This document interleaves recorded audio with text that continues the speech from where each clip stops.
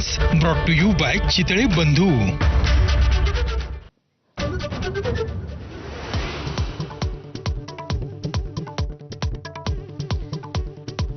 राजीनामा द्यायचा की नाही मुंडेंनी ठरवावं. अजित पवारांचं विधान. सिंचन घोटाळ्याच्या आरोपावेळी मी राजीनामा दिला होता. दादांचं सूचक विधान. तर दादा टार्गेट ठरू नये याची काळजी घेत असावेत. अंधारेंचा खोचक टोला.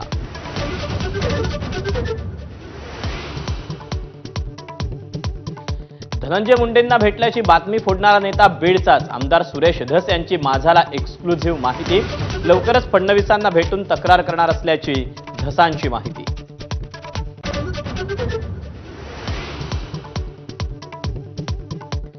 नाशिक आणि रायगडच्या पालकमंत्री पदाचा तिढा अद्यापही जैसे थे. मुख्यमंत्री निर्णय घेतील. अजितदादांची प्रतिक्रिया. तर लवकरच प्रश्न सुटेल. फडणवीसांची माहिती.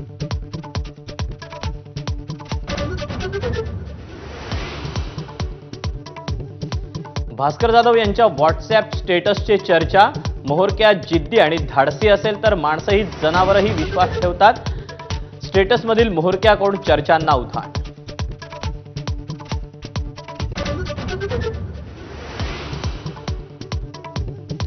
येत्या एप्रिल किंवा मे महिन्यात महापालिका निवडणुका होण्याची शक्यता. महसूल मंत्री चंद्रशेखर बावनकुळेंची माहिती. पुणे महापालिकेत कमळ फुलवा. कार्यकर्त्यांना तयारीला लागण्याचे आदेश.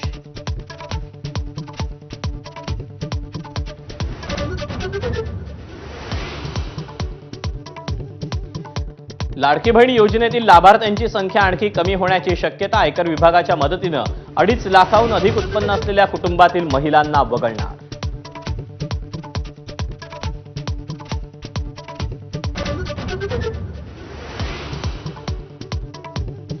पुण्यात युवक काँग्रेसचं हल्लाबोल आंदोलन. नशा नको नोकरी द्या म्हणत जोरदार घोषणाबाजी. आंदोलकांची पोलिसांकडून धरपकड.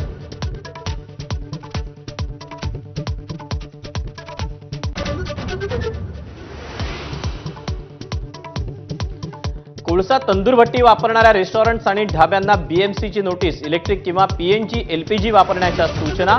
8 जुलैपासून कारवाई.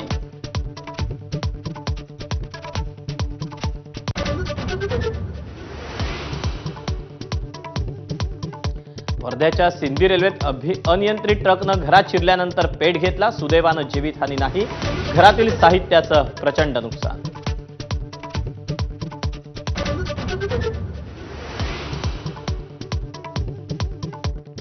भारताच्या वोटर टर्नआउटवरचा $21 दशलक्ष खर्च बंद.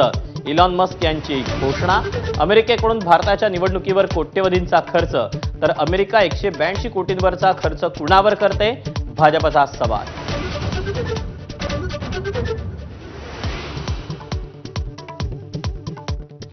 बावीस मार्च पासून रंगणार आयपीएलचा महासंग्राम. स्पर्धेच्या नव्या सीझनचं संपूर्ण वेळापत्रक जाहीर.